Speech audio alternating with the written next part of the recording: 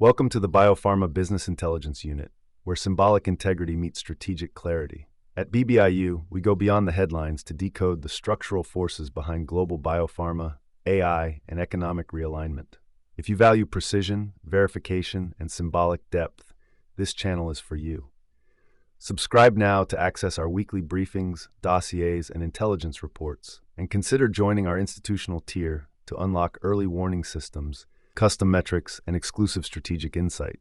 You're not just listening, you're entering the future of epistemic intelligence. www.biopharmabusinessintelligenceunit.com. The Xi-Trump Summit, Tactical Truce, Structural Submission, Executive Summary.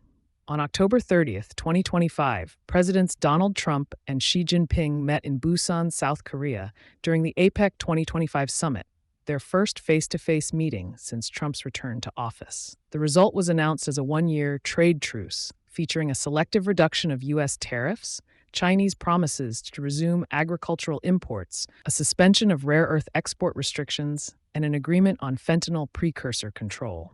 Trump described the discussion as a 12 out of 10, underscoring his intent to frame it as a personal and geopolitical triumph.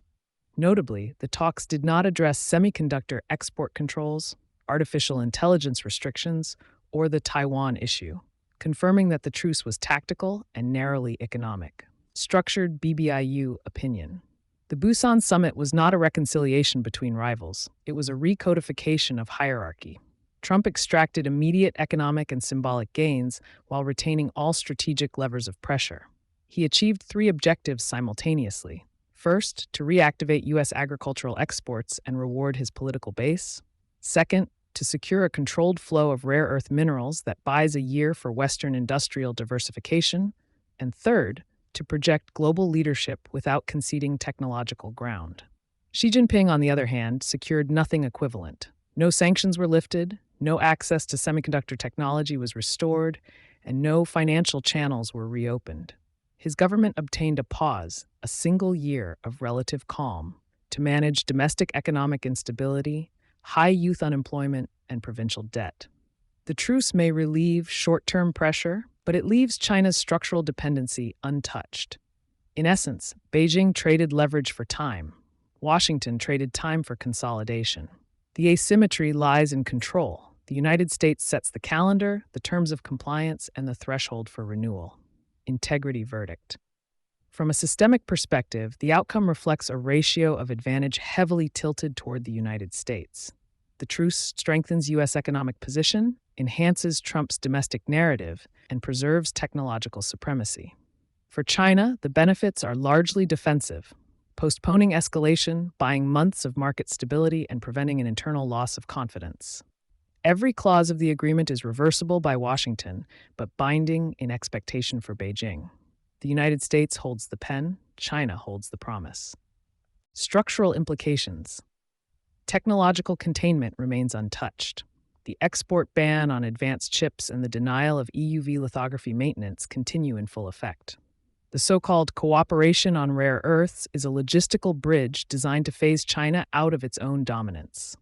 Agricultural purchases from the U.S. provide marginal relief to Chinese importers, but significant political capital for Trump's electoral narrative. The broader pattern is unmistakable. The United States has shifted from deterrence to orchestration, managing the tempo of China's concessions while converting each pause into strategic groundwork. Beijing's internal signals, tightened censorship, party discipline campaigns, and economic intervention suggest recognition of this loss of autonomy. Forward outlook. In the short term, markets will interpret the truce as positive stabilization. Shipping rates, commodity prices, and regional equity indexes are likely to recover mildly through Q1 2026.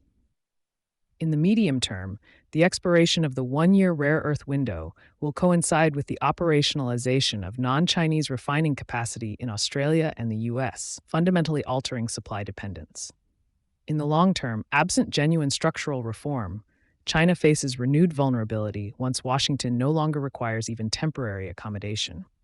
The Busan understanding is therefore not peace, it is preparation. Conclusion. The Xi-Trump summit represents a moment of carefully choreographed asymmetry. Trump's transactional pragmatism prevailed over Beijing's need for stability. What appeared to be mutual de-escalation was in reality the codification of subordination under a friendly tone. China bought time, the United States bought control. Behind the smiles and the language of cooperation, the structure of dominance remains firmly intact. Annex A, Technical and Industrial Evidence, Semiconductor Controls and the ASML Incident. Annex B, the Rare Earth Corridor and the 10-point tariff illusion. Annex C, Internal China, the causes and conditions behind the Busan concession. You've reached the end of the open section of this BBIU content. The complete analysis, with full data, structural frameworks, and extended annexes, is available exclusively to our subscribers. At BBIU, we believe the real value lies beyond headlines, in the depth of structural intelligence that helps leaders and organizations see further. If you want access to the complete archive and future reports, join us at BBIU and take part in the next level of analysis.